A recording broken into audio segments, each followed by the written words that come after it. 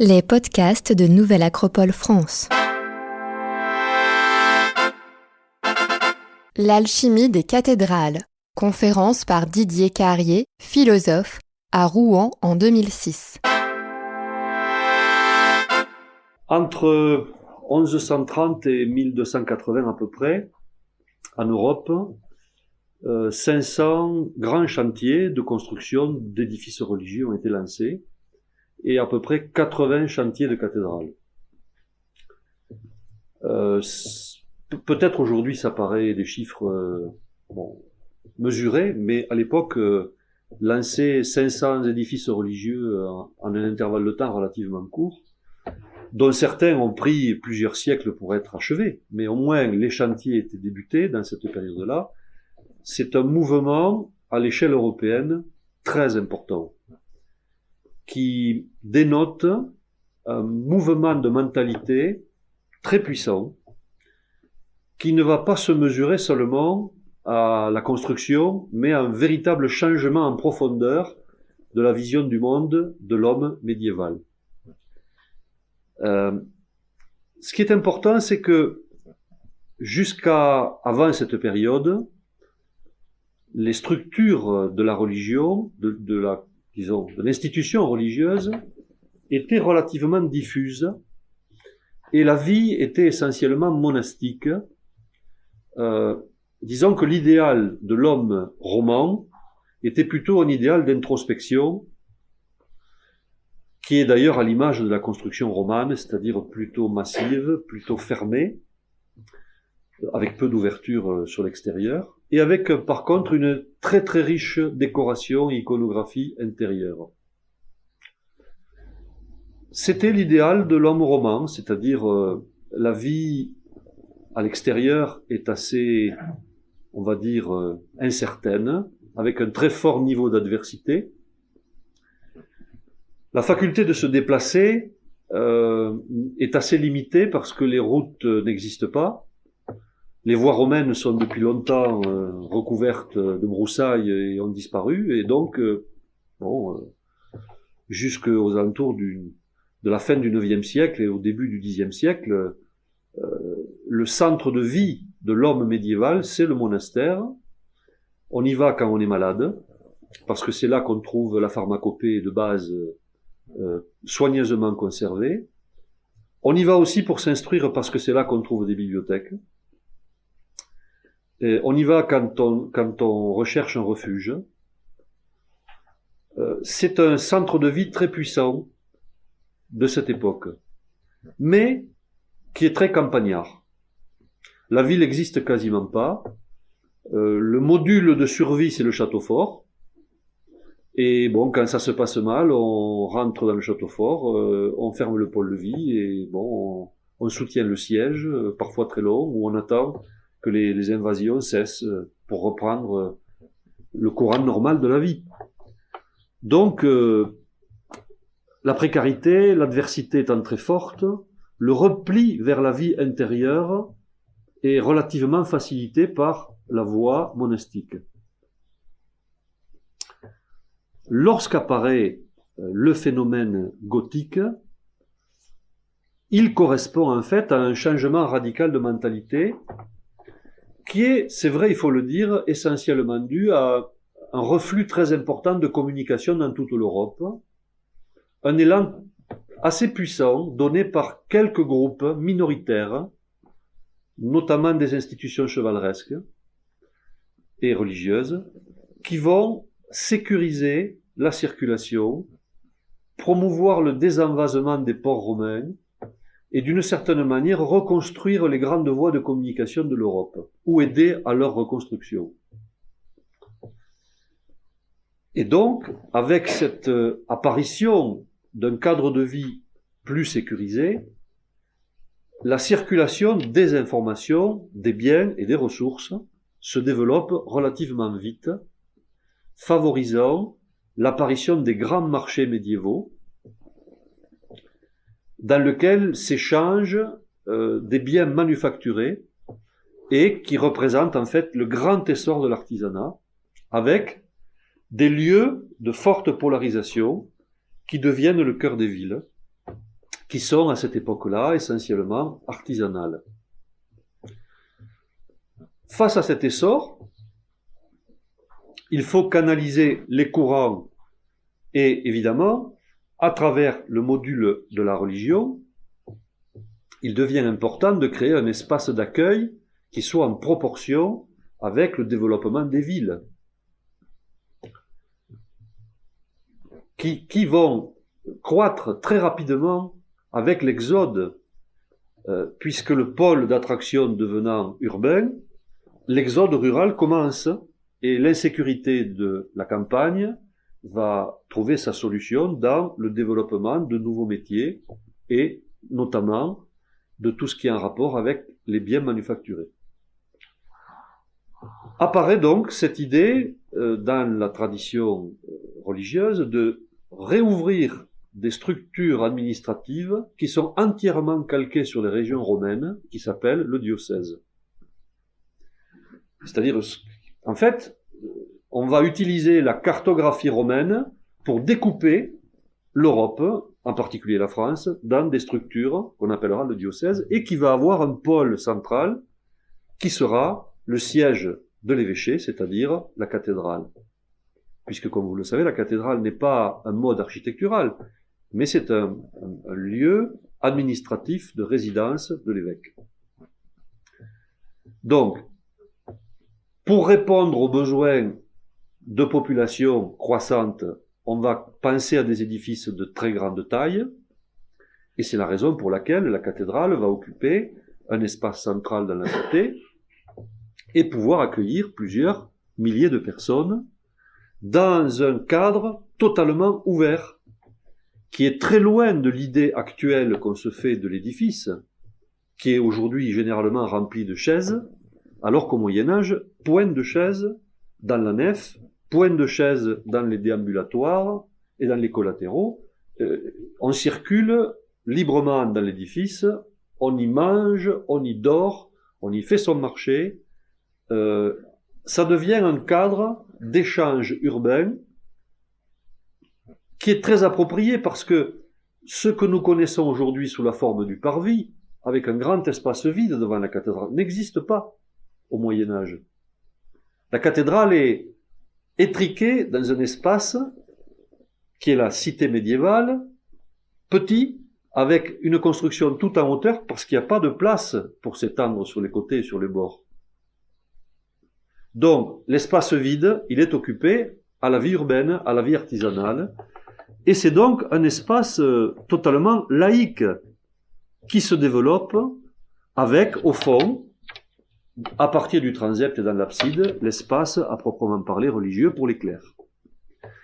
Donc, si vous voulez, le phénomène de la cathédrale répond à un besoin à la fois démographique et à la fois urbanistique. Puisque sans cet espace de réunion, on ne peut pas échanger des informations, on ne peut pas communiquer, et d'une certaine manière, on ne peut pas réunir les forces vitales de la cité autour d'un pôle central d'attraction, qui se trouve en plus être, un cadre spirituel particulièrement qualifié et qualifiant, mais ça c'est le sujet de la deuxième partie tout à l'heure, mais qui a un rôle vraiment fondamental dans le développement de la cité, qui, j'insiste, est une chose totalement nouvelle. Alors, à partir de 1079, très précisément, va apparaître ce qu'on va appeler les écoles de cathédrales, c'est-à-dire un espace de transmission et d'enseignement qui est naturellement appelé par la naissance des chantiers et par le besoin de qualification des artisans. Dans ces écoles de cathédrales, dont les plus célèbres en Europe sont à Chartres et à Notre-Dame à Paris, on y enseigne en latin les 7 fameuses disciplines médiévales, trivium et le quadrivium. Je ne vais pas développer maintenant, mais si vous voulez, on pourra en parler tout à l'heure autour des questions, qui sont la base de l'enseignement qui deviendra universitaire, puisque c'est à partir de ces écoles de cathédrales où on enseigne non seulement les métiers Mais, encore une fois, les fameuses 7 sciences dont font partie l'arithmétique, l'astronomie, la rhétorique, la grammaire, et ainsi de suite. Mais on enseigne aussi l'art du métier. Et, d'une certaine manière, une certaine conception du monde et de l'univers.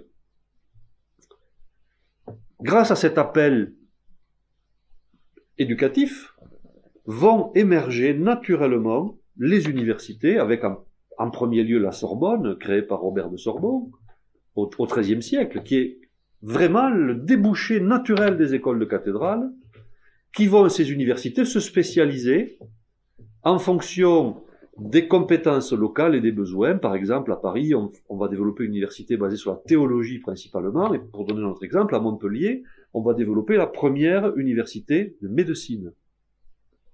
Tout ça se passe au XIIIe siècle. Donc, une grande révolution qui fait qu'à Paris, on va se trouver au XIIIe siècle avec 5000 étudiants pour une cité de 200 000 personnes. Ce qui est une proportion très importante. 5000 étudiants pour 200 000 personnes, c'est une proportion qui n'existe pas aujourd'hui dans aucune université. Donc ça, c'est une clé parce que le phénomène de la cathédrale déborde largement le cadre d'une part architectural et le cadre religieux, ça devient un phénomène urbain et surtout ça cristallise un changement majeur de mentalité. Le modèle gothique, qui est, disons, la façon architecturale dont se décline cette construction, répond naturellement à de nouvelles aspirations spirituelles qui sont la contrepartie de cette espèce de réclusion romane avec un idéal de vie monastique fermé vers un idéal d'action qui répond aux besoins de terrain du moment et qui va se traduire naturellement par un espace, au contraire, totalement ouvert, dans lequel l'essentiel de la matière est remplacé par du vide et du vert, c'est-à-dire, de façon générale, de la transparence. L'idéal n'est donc plus un idéal de réclusion, mais un idéal de confrontation. On veut accéder à la Jérusalem céleste ici et maintenant, et il faut donc une représentation en modèle réduit de cet idéal de la cité lumineuse et spirituelle, et c'est la cathédrale gothique qui va le devenir. L'apport majeur technique, c'est la capacité de canaliser la poussée vers les piliers, ce qui n'était pas du tout maîtrisé avec l'arc roman, qui posait beaucoup de problèmes au-delà d'une certaine hauteur. Avec cette ogive et cet arc brisé, on apprend à faire descendre la poussée sur les piliers et donc à monter beaucoup plus haut, infiniment haut, par rapport à ce qu'est une construction romane. Ce qui permet, encore une fois, à la lumière de passer et d'ouvrir très largement la construction sur le monde environnant. C'est-à-dire, symboliquement, de garder la connexion entre ce qui se passe dedans et ce qui se passe dehors. Ce qui n'est pas le cas du tout de la basilique romane. La basilique romane, c'est des murs de 2 mètres d'épaisseur et l'isolement par rapport à l'environnement est total. Là, on a des murs très fins, des grandes ouvertures, et donc, la vie circule. La vie circule, et d'une certaine manière, la cathédrale devient l'outil qui permet à la vie de circuler dans la cité médiévale à partir du XIIe siècle.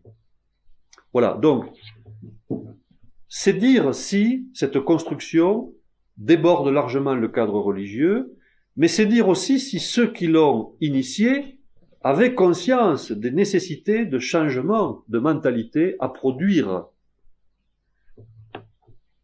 Contrairement aux apparences, et beaucoup d'historiens s'accordent sur le sujet, c'est pas du tout des changements populaires qui se produisent. Ce sont des penseurs, ce sont des philosophes, ce sont des maîtres d'œuvre qui vont initier ces grands changements et qui vont conduire naturellement la population à les adopter par présence qualifiante.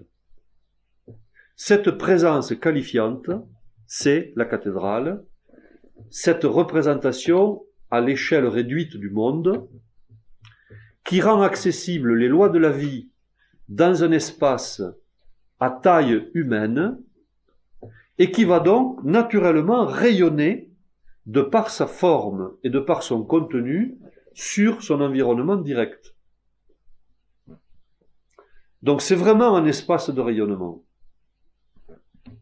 qui est canalisé, qui est structuré par les rythmes du temps qui vont s'accorder évidemment avec l'espace, qui sont depuis matine, qui est le premier rite du matin, jusqu'à compli, qui est le dernier du soir dans la structure catholique, et qui fait que le temps et l'espace vont être animés en permanence. Parce que pendant que le marché a lieu, pendant que les bestiaux sont allés jusqu'à l'intérieur de déambulatoires, pendant qu'on mange et pendant que certains font la sieste, et pendant qu'on s'échange des outils, de temps en temps, une cloche sonne, on s'arrête, on suit le culte, et tout le monde recommence après.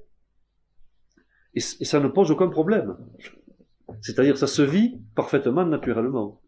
Donc, le temps est rythmé, l'espace est structuré, tout converge pour donner à la cathédrale ce résonateur, cet instrument de changement et de transmutation profonde de la mentalité qui va se produire grâce à la construction et surtout grâce aux maîtres d'œuvre qui ont initié tous ces projets. Donc, dans ce sens-là, on peut déjà dire que la cathédrale est un espace de transmutation urbain. C'est-à-dire un endroit où on va pour prendre un bain d'idées nouvelles, avec conscience ou sans conscience, mais le simple fait de s'y promener dedans et d'être au contact des formes, des couleurs, des sonorités, des proportions, tout ça suffit pour agir directement sur les structures intimes de l'homme et produire, si ce n'est immédiatement les changements, au moins les prises de conscience nécessaires pour assurer le virage qui était impulsé par ces maîtres d'œuvre au niveau de la mentalité européenne de l'époque. Donc voilà, quand on parle d'un espace de transmutation, il est un espace de transmutation collectif, d'abord, et on va le voir, individuel ensuite, mais il est un outil à l'échelle de la cité qui agit sur la collectivité elle-même. Ça, c'est un point très important parce que, de façon générale, l'intention des maîtres d'œuvre et des écoles de cathédrales est assez clairement exprimée sur l'idée de produire des changements dans la société. Grâce aux écoles de cathédrales, va naître tout un système d'aide et de bourses étudiantes, qui est la première forme de bourse qui apparaît, et qui est à l'initiative des maîtres d'œuvre et de ceux qui enseignent dans les écoles de cathédrales, de façon à ce que les étudiants les moins fortunés puissent quand même suivre un enseignement dès le Moyen-Âge. Voilà. Donc, c'est dire l'importance du moteur qui va être produit par la présence de ces constructions. Alors, ça c'est pour l'aspect collectif. Pour l'aspect individuel, l'autre phénomène clé qui se développe suite à la sécurisation des voies de communication, c'est le grand phénomène des pèlerinages médiévaux, qui est une clé très importante pour le déploiement des idées neuves dans toute l'Europe. Grosso modo, il existe deux grands canaux dans l'Europe médiévale pour inciter les hommes et les femmes à partir en quête sur les routes et à atteindre, à travers ces parcours à proprement parler initiatiques, un idéal de vie intérieure qui est acquis noblement et de manière efficace par l'adversité naturelle du terrain. Ces deux grands courants sont d'une part cisterciens et d'autre part clunisiens.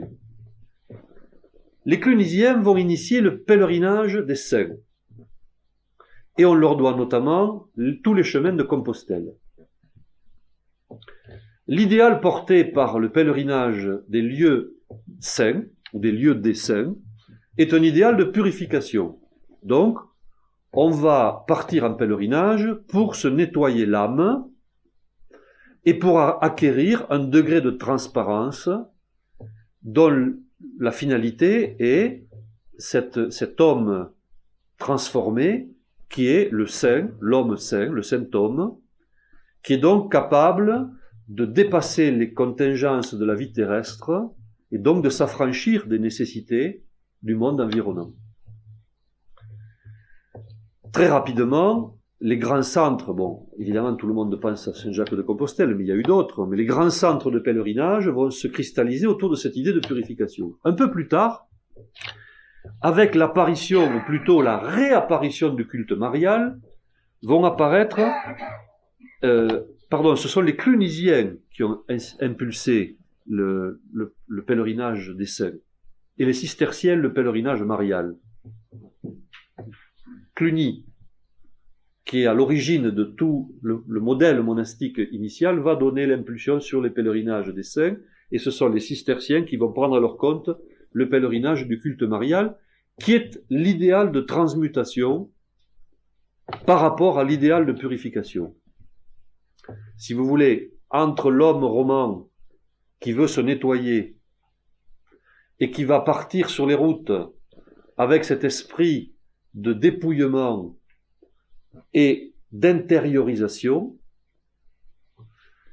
apparaît un peu plus tard l'idéal de transmutation où on va sur la route non plus pour s'intérioriser mais pour apprendre à se confronter à l'environnement et pouvoir agir dans le monde. Ce sont deux besoins intérieurs différents qui répondent à ce que j'expliquais tout à l'heure, le roman et le gothique. Voilà. Parallèlement à ces deux phénomènes, qui sont les pèlerinages, modèle purificateur et modèle transmutateur, se développent tous les phénomènes des processions, qui n'existent pas à proprement parler dans le Moyen-Âge roman, et qui prennent une ampleur très importante dans l'époque gothique, de façon à relier la ville avec le temple. C'est-à-dire la sortie de la statue qu'on va promener à certains moments de la journée dans la date calendaire de la dédicace de l'édifice va utiliser les canaux de circulation naturelle de la ville pour, d'une certaine manière, féconder l'espace de la présence spirituelle à travers le phénomène de la sortie des chasses, qui vont d'ailleurs faire apparaître certaines aberrations, puisque vers la fin de l'époque gothique, certaines portes étant devenues trop petites pour sortir les statues, on va carrément et purement et simplement démolir les linteaux.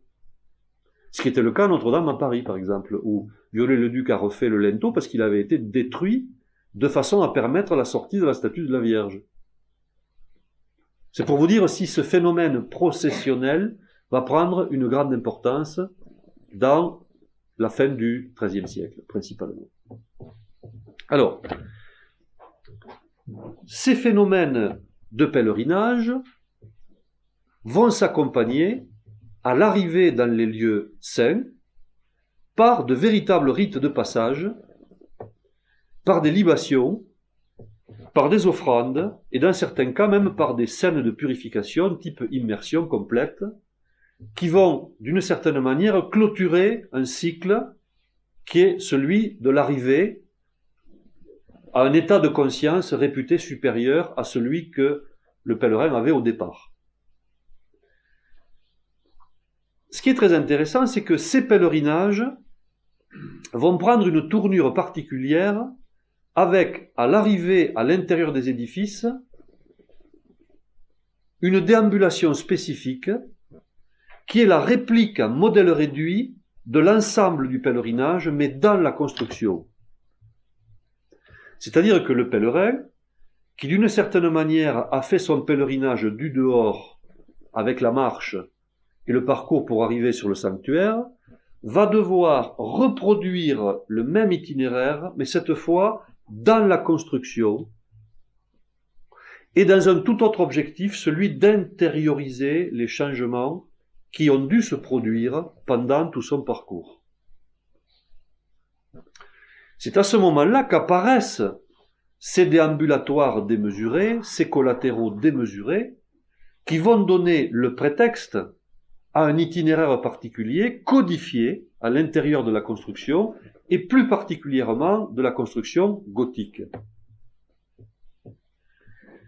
Notamment, à travers le modèle cistercien du pèlerinage marial, apparaît un parcours très particulier qui a une symbolique alchimique notoire, dont je reparlerai tout à l'heure, qui crée d'une certaine manière, à travers la circonvolution dans le déambulatoire et les collatéraux, la voie dite humide, et le parcours de l'axe central, c'est-à-dire de la nef, la voie sèche, ou voie royale.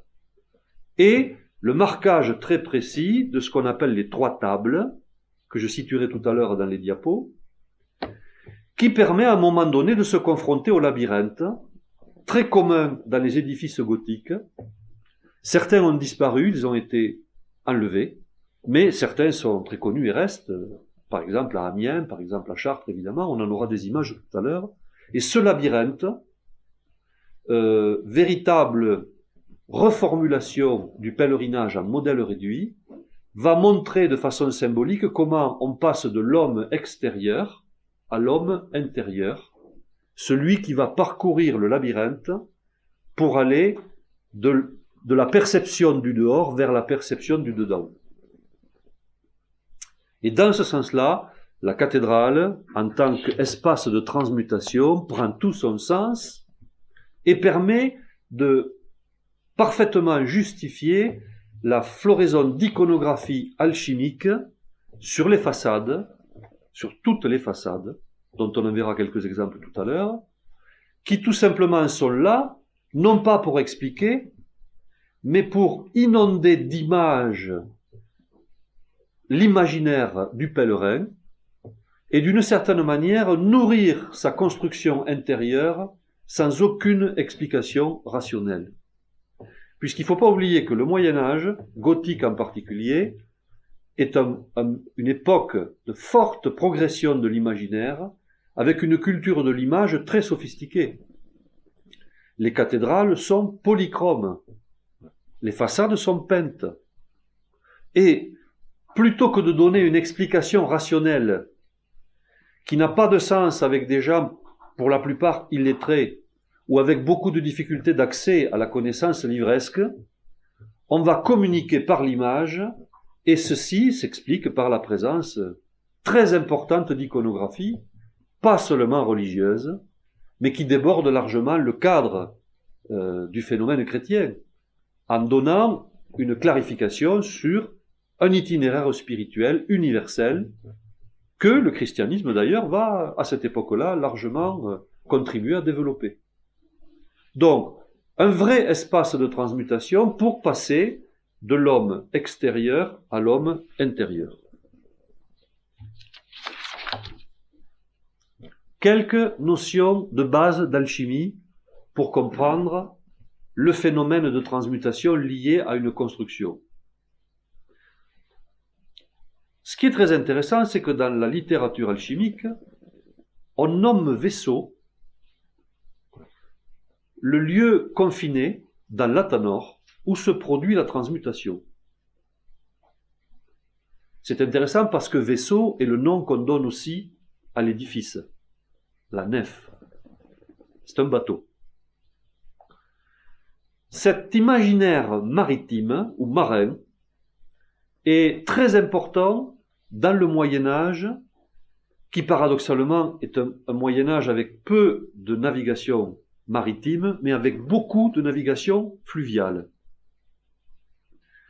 Le bateau est un instrument qui permet de passer d'une rive à une autre rive, puisque les ponts n'existent pas, ou quasiment pas, au Moyen-Âge, Et quand on veut traverser un fleuve, on le fait par un bateau. Donc, symboliquement, le vaisseau, le bateau, sert pour passer d'une rive à l'autre, c'est-à-dire pour vivre une rupture entre un milieu, un espace intermédiaire qui est l'eau, et un autre milieu réputé différent. C'est le rôle du vaisseau, tant dans la partie opérative de l'alchimie que dans la partie spirituelle de l'alchimie. Ce vaisseau va servir pour passer d'une rive à l'autre, d'un monde à l'autre, avec au milieu un espace intermédiaire qui n'est ni dans un plan ni dans l'autre, mais qui sert pour créer et pour gérer la transition. De ce point de vue, la cathédrale représente ce monde intermédiaire où vont se rencontrer entre le haut et le bas le plan spirituel et le plan matériel, et où peut s'établir une communication entre ces deux dimensions qui paraissent opposées, mais qui vont se réconcilier grâce à la modélisation de l'espace et du temps dans la cathédrale. Donc, phénomène important que ce vaisseau. Alors, quelques règles de base. D'abord, dans la littérature alchimique, on parle de l'unité de la matière. C'est-à-dire que tout ce qui est d'ordre matériel, ou qui possède une dimension matérielle en plus d'autre chose, et c'est le cas de l'homme, répond strictement aux mêmes lois. Cette unité de la matière est représentée par un symbole très ancien qui s'appelle Ouroboros, qui est un serpent qui se mord la queue, que vous verrez tout à l'heure en image. Ce serpent qui se mord la queue représente à lui tout seul la totalité de l'imaginaire alchimique, c'est-à-dire le cercle en tant que manifestation de l'unité et le cycle en tant que quelque chose qui est capable de se nourrir de lui-même et de se régénérer. Se nourrir de lui-même et se régénérer. C'est-à-dire mourir et renaître en permanence. Cette clé iconographique, qui représente l'évolution, mais dans sa clé la plus noble, si vous voulez, va être traduite dans l'iconographie médiévale par le lion qui se mord la queue. Pour une raison très curieuse, il existe une très forte proximité symbolique entre le serpent et le lion. Je reviendrai dessus. Dans l'iconographie alchimique, le lion qui se mord la queue, c'est la matière première de l'œuvre. C'est la même idée que l'Ouroboros, traduit dans l'iconographie médiévale. Dans la logique de l'alchimie, tout être, et tout est être, c'est-à-dire que la matière est considérée comme vivante et comme douée d'esprit, au même titre que n'importe quelle autre forme animée. Tout être, matière y compris, tend vers un état de perfection, but et moteur de son évolution. Deuxième clé très importante, unicité de la matière, tout être tend vers un état de perfection, but et moteur de son évolution. Troisième élément important, on peut purifier et qualifier l'impur par contact avec le pur. Nous, on a plutôt conscience du contraire. On sait par exemple si on met une orange moisie, non, à Rouen c'est une pomme. Faut que ça marche encore mieux avec les pommes. Lorsqu'on met une pomme moisie au milieu de pommes saines, ben on a tendance à trouver le panier moisi. Bon, ça c'est dans la vie matérielle. Dans la vie alchimique, c'est le contraire. Hein? Si quelque chose de très pur et de très qualifié est mis en contact avec quelque chose qui l'est moins, la qualification par présence se transmet et produit une mutation en chaîne, qui est assez facile à expliquer, et c'est pour ça que je donnerai un exemple très physique et très concret, une expérience que vous pouvez faire chez vous. Alors, l'expérience est la suivante. Vous prenez de l'eau pure et du sucre en poudre. Et vous mélangez l'eau et le sucre en poudre jusqu'à disparition du liquide, mais sans apparition du solide. Ah, délicat. On est dans les paradoxes alchimiques. Un état intermédiaire qui n'est ni solide ni liquide. Ce sirop très épais, on le divise en deux. On prend soin de prendre 2 verres très propres. Je vous expliquerai pourquoi tout à l'heure. Dans un de ces verres, qui contient par moitié cette solution saturée de sucre, on va poser délicatement un morceau de sucre déjà cristallisé. Et dans l'autre, on met rien. Et on attend. Au bout d'un certain temps, rapide, dans le verre où il n'y a pas de morceau de sucre, il ne se passe rien.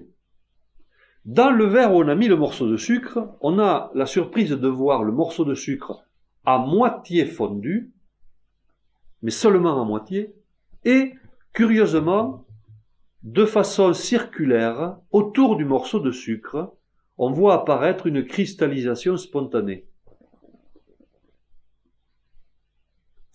L'information cristal, qualifiante par rapport à une solution chaotique qu'est la pâte, l'information cristal, porteuse d'idées intelligentes, cristal, c'est naturellement communiqué par proximité dans le milieu et commence à faire son effet.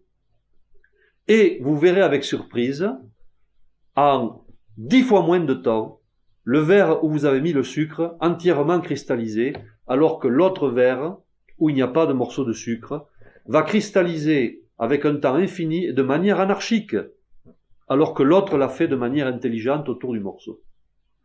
Avec ça, vous avez résumé ce qu'est l'alchimie et comment elle fonctionne.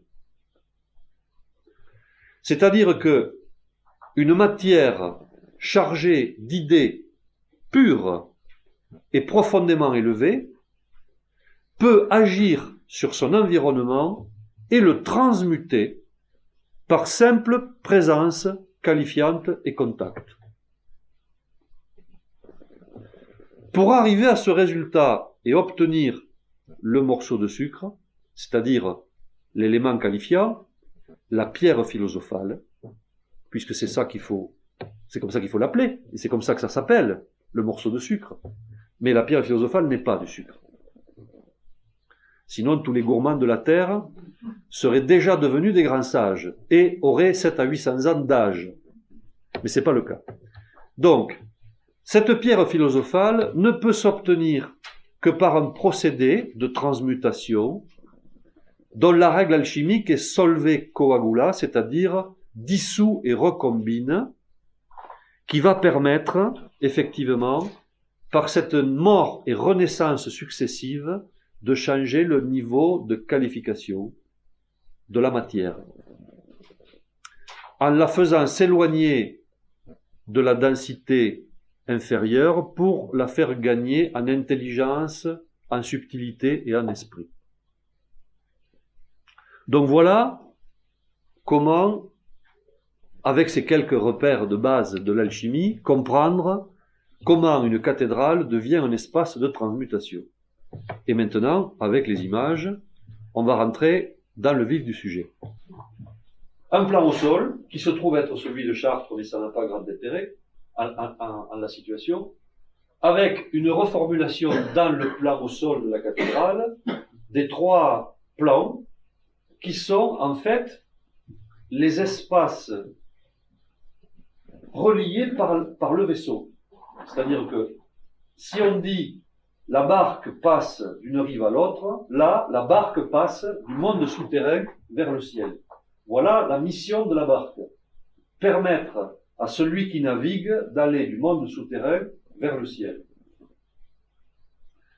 Cette déambulation, évidemment, elle existe, comme je l'ai expliqué dans le parcours, dans le pèlerinage intérieur, à travers les collatéraux, et vous voyez que dans certaines constructions, il y en a 2, puisque les circonvolutions, dans certains cas, seront multiples avant d'emprunter la voie royale qui permet d'accéder à l'abside, qui est le cœur de la transmutation, mais certaines sont simples.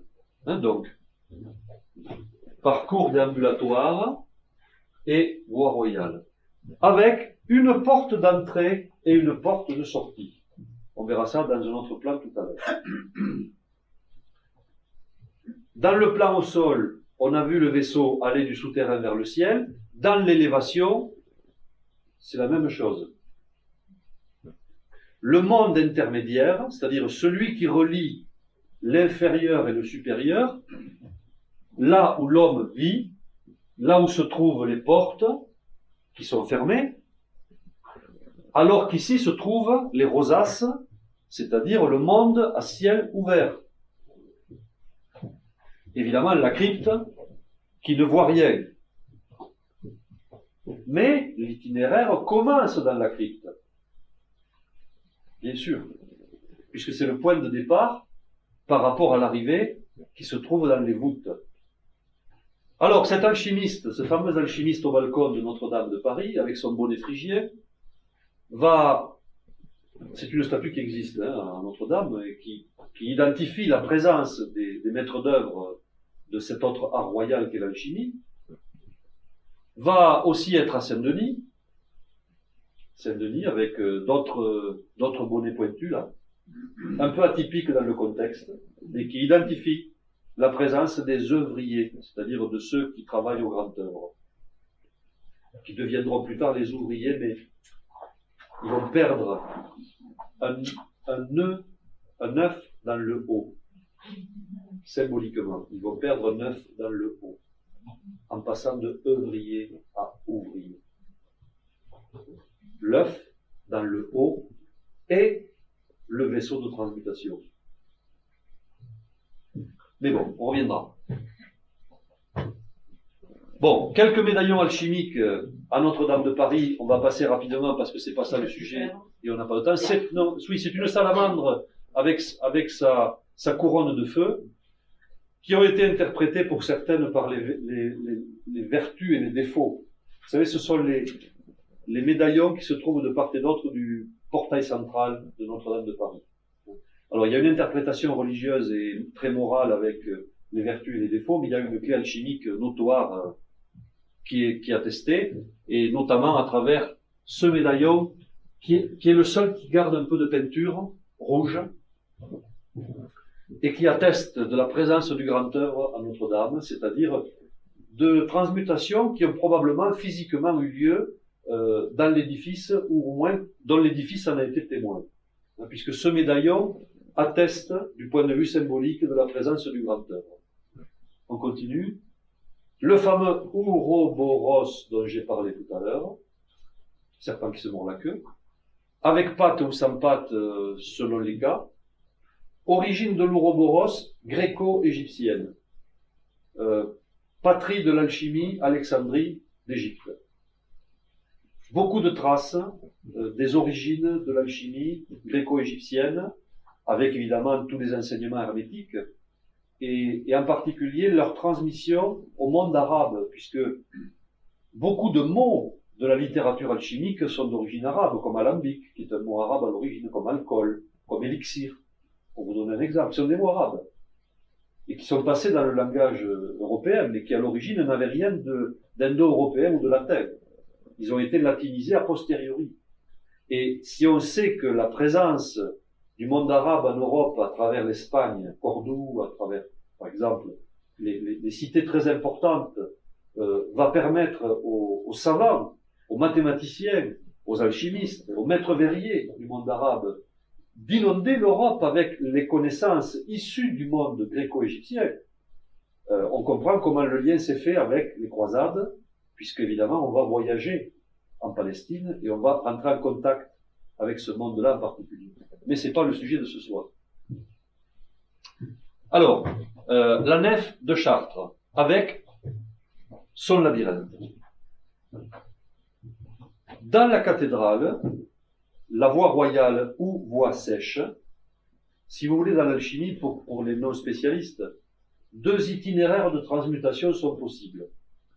Un, lent, relativement accessible, qui ne nécessite pas de conditions d'environnement particulières, qu'on appelle la voie humide, tout simplement parce que le procédé se fait avec un environnement humide, va permettre d'accéder aux grandes œuvres. Il existe une voie plus périlleuse, plus directe, qui s'appelle la voie sèche, et qui est représentée dans l'édifice par l'axe central de la nef, c'est-à-dire, au lieu de tourner en rond autour du pot, ça vous dit rien cette expression, tourner autour du pot? Origine alchimique. Hein? Tourner autour du pot, c'est la voie humide. Pour vous donner une idée. Donc, le cercle, c'est la voie humide, la ligne, c'est la voie sèche. Dans la voie humide, on l'a vu tout à l'heure, on tourne dans la déambulation et on acquiert les différents paliers de la transmutation en tournant dans le cycle du temps. On le verra tout à l'heure sur une autre image. Ce cycle du temps est représenté par les circonvolutions du labyrinthe, qui sont aussi les circonvolutions du cerveau. Puisque le labyrinthe est une image symbolique associée au cerveau et à ses méandres, aux difficultés pour trouver le chemin de l'intériorité sans être accaparé, capturé par le mental raisonnable seulement. Et dans le début de la voie sèche, on commence par la table ronde, qui est le labyrinthe. Ensuite, on accède à la table carrée, qui est la croisée, le lieu où les énergies du ciel et de la terre se rencontrent, mais aussi de l'axe est-ouest et de l'axe nord-sud. Et on finit à la table rectangulaire, qui est la table d'offrande, l'autel, si vous voulez, qui, à l'origine, n'a jamais quitté le cercle absidial. Aujourd'hui, je sais que dans certaines constructions, on voit des autels qui ont été placés à la croisée. C'est un non-sens du point de vue du fonctionnement de l'édifice. Puisqu'à la croisée, l'énergie descend et c'est à l'abside, au-dessus de la clé de voûte de l'abside, que l'énergie monte, créant la circulation. Donc si on veut faire une offrande, on ne va pas la faire à l'endroit où l'énergie descend. On va la faire à l'endroit où l'énergie monte, c'est-à-dire au niveau du cercle absidial, ici, là où se trouve l'autel de Chartres. Donc, table ronde, œuvre noire, dans la voie alchimique, le corbeau, du point de vue symbolique. On descend à l'intérieur de la crypte.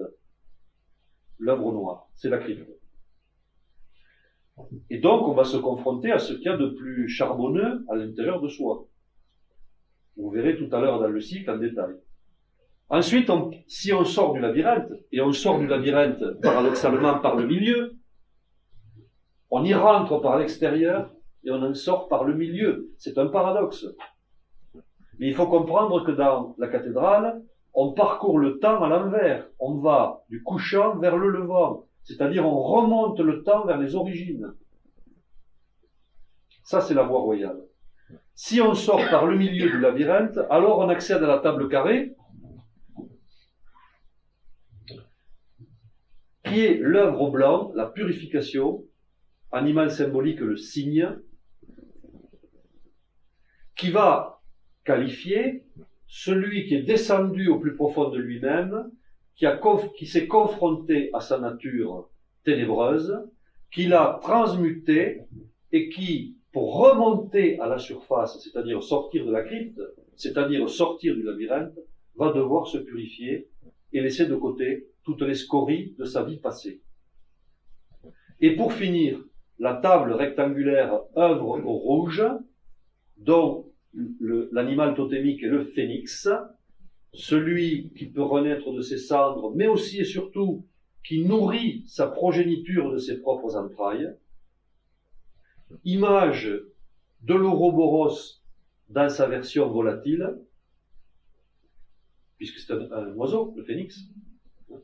Et donc, celui qui est capable de restituer dans son environnement le fruit de sa propre transmutation, c'est-à-dire accepter de devenir morceau de sucre en se laissant fondre au milieu de ses semblables.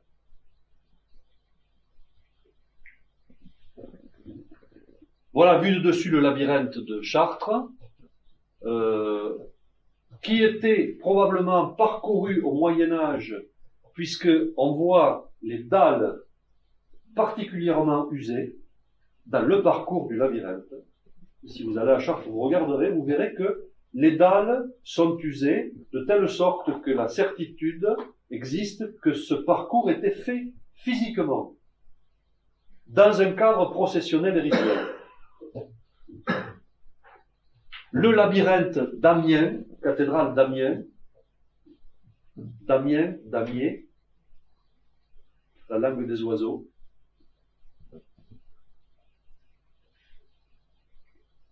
Une représentation intéressante du XVIe siècle du labyrinthe, avec le Thésée version médiévale en armure, mais la même chose, qui doit combattre le Minotaure. Vous savez, cet animal, dans le mythe grec, qui a un corps humain et une tête animale. C'est-à-dire que l'animalité étant à la tête, pilote l'humanité.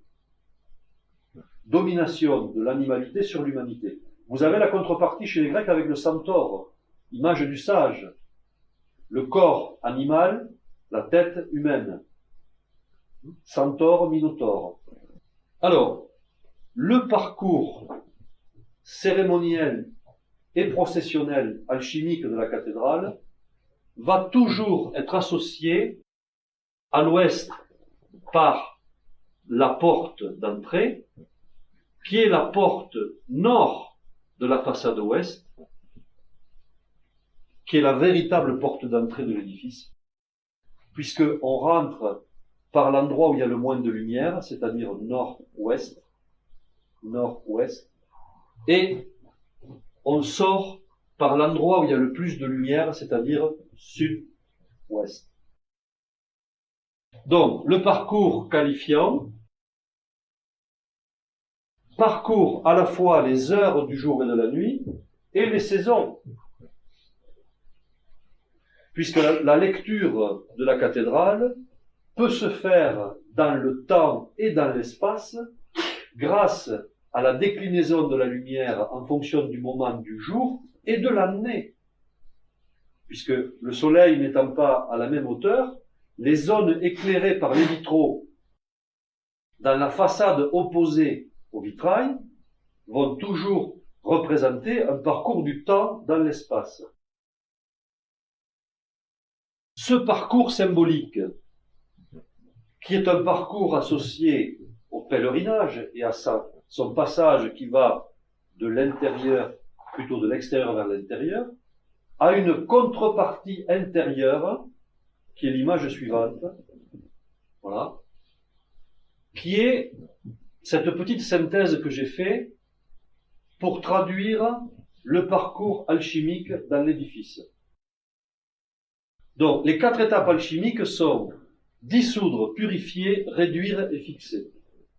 Généralement, on utilise assez peu cette division quaternaire du cycle alchimique. Dans la littérature, on va dire la plus répandue. Mais il faut savoir qu'il existe une étape intermédiaire entre le blanc et le rouge qui est le jaune. Et qui est d'ailleurs visible dans les différentes étapes de coloration de la matière au moment du grand œuvre. L'itinéraire commence au couchant, c'est-à-dire à la façade ouest. De la façade ouest, on va passer à la façade nord de l'édifice, qui est associée au minuit. D'accord? Vous vous rappelez l'image de la... Reviens à la diapo d'avant, s'il te plaît. De la façade ouest, on va passer à la façade nord. D'accord? Façade ouest, façade nord. Ça, c'est la putréfaction, c'est-à-dire on descend à l'intérieur de la crypte intérieure, puisque c'est le parcours intérieur, et on va accepter ou devoir accepter la remise en cause. Alors, comment ça se passe? Mais c'est très simple. On a l'apparence d'équilibre et on se trouve dans la vie confronté à un événement qui ne représente pour nous aucune solution puisque pas de moyen pour résoudre le problème. C'est-à-dire se sentir désarmé face à une situation. Petite mort. Il y a deux attitudes possibles. Soit on reconnaît qu'on ne sait pas et on dit bon, mais face à ça, je ne sais pas faire.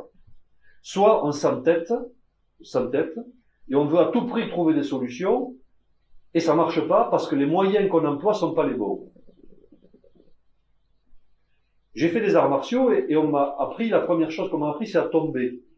En me disant, si tu veux savoir te battre, il faut d'abord savoir tomber. Moi, je comprenais pas. Je dis, moi, je veux pas tomber, moi, je veux me battre. On m'a dit, non. Il faut d'abord savoir tomber. J'ai dit, pourquoi? C'est très simple, parce que si tu sais que tu vas tomber, et donc que tu acceptes de tomber, tu sauras très vite te relever. Et tu te feras pas mal en tombant, parce que tu vas te préparer à tomber. Et généralement, celui qui est le premier tombé, c'est aussi le premier debout. Si on veut se retenir de tomber, c'est généralement là qu'on se fait mal.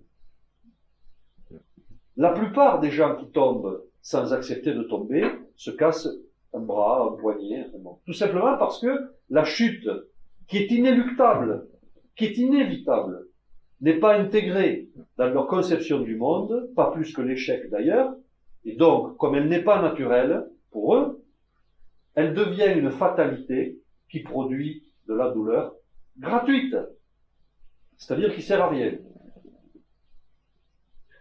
Celui qui, alchimiquement, accepte la dissolution, c'est-à-dire la disparition de ses repères antérieurs, avec la perspective de développer des repères nouveaux. Et là, on parle d'alchimie spirituelle, c'est-à-dire une théorie développée par Jung, qui est parfaitement intégrée dans cette logique-là. Il est tout à fait envisageable, en acceptant de dissoudre toute l'image du monde qu'on avait, d'accéder au minuit de soi-même, qui est le cœur de la dissolution, c'est-à-dire le moment où, dans un état dépressif, pas dépression, parce que pas pathologique, c'est pas une maladie, mais un état dépressif, sans goût à rien, envie de rien faire, envie de rester seul, ne trouvant goût à aucune relation, on se replie sur soi pour vivre son œuvre noire.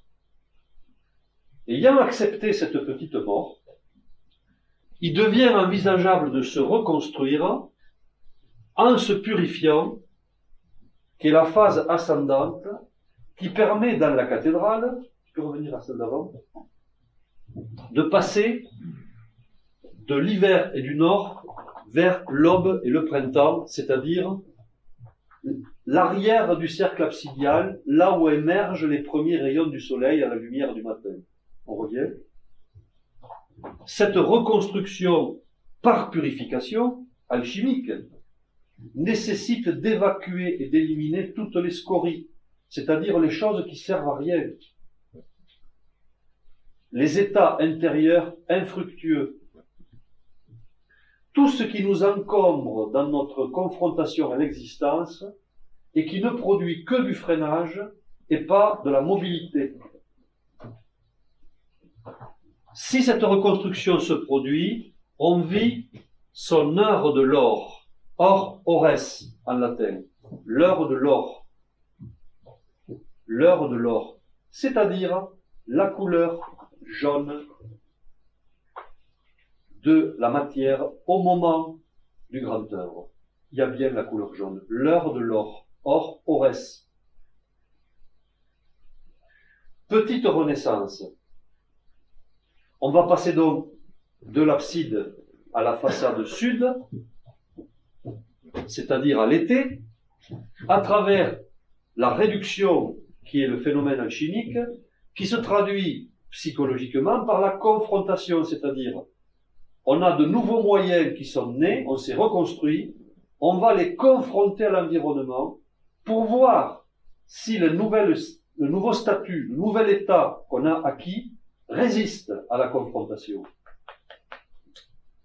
Pour voir si cette lumière qu'on est en train d'émettre va donner un éclairage ou pas d'éclairage. Et enfin, dernière étape, qui est le retour à la façade ouest, c'est-à-dire le passage de la rosace sud à la rosace ouest, qui est la restitution ou, du point de vue alchimique, fixée, ce qui permet, par l'œuvre rouge, d'obtenir la pierre et de l'utiliser comme un instrument de transmutation, c'est-à-dire de replonger dans le cycle, à travers la voie royale qui clôture le cycle par l'axe central de l'édifice. Donc voilà le parcours. Et là, dans la restitution, on devient le morceau de sucre. C'est-à-dire que notre propre mutation intérieure va être consommée au bénéfice de nos semblables, chose indispensable dans la voie alchimique, qui est de réinvestir l'énergie dans le circuit collectif. Puisque les deux voies, celle des souffleurs qui cherchent à faire de l'or, et ceux qui désiraient la transformation, qui sont les maîtres d'œuvre, qui ont introduit au Moyen-Âge tout ce processus, tous les grands sages du Moyen-Âge ont fait ça, ils n'avaient comme objectif que d'apporter à l'homme une porte de sortie vers le ciel, en partant à la découverte de leur intériorité, sans jamais refuser la confrontation à leur environnement, puisque tel était l'idéal des bâtisseurs. Vivre la philosophie dans la société, dans la cité, apporter leur présence qualifiante, apporter les éléments de transmutation, parce que la pierre philosophale, c'était eux. C'est-à-dire que les maîtres d'œuvre qui ont enseigné dans les écoles de cathédrales, ceux qui ont permis à la naissance des universités, ceux qui ont permis de passer d'un monde ignorant et barbare à un monde ouvert et éclectique, où on va apprendre Platon, où on va apprendre Aristote, où on va sortir de tout ce marasme de ce Moyen-Âge obscur, ces gens-là étaient des pierres philosophales vivantes, des artistes du grand œuvre. Merci beaucoup.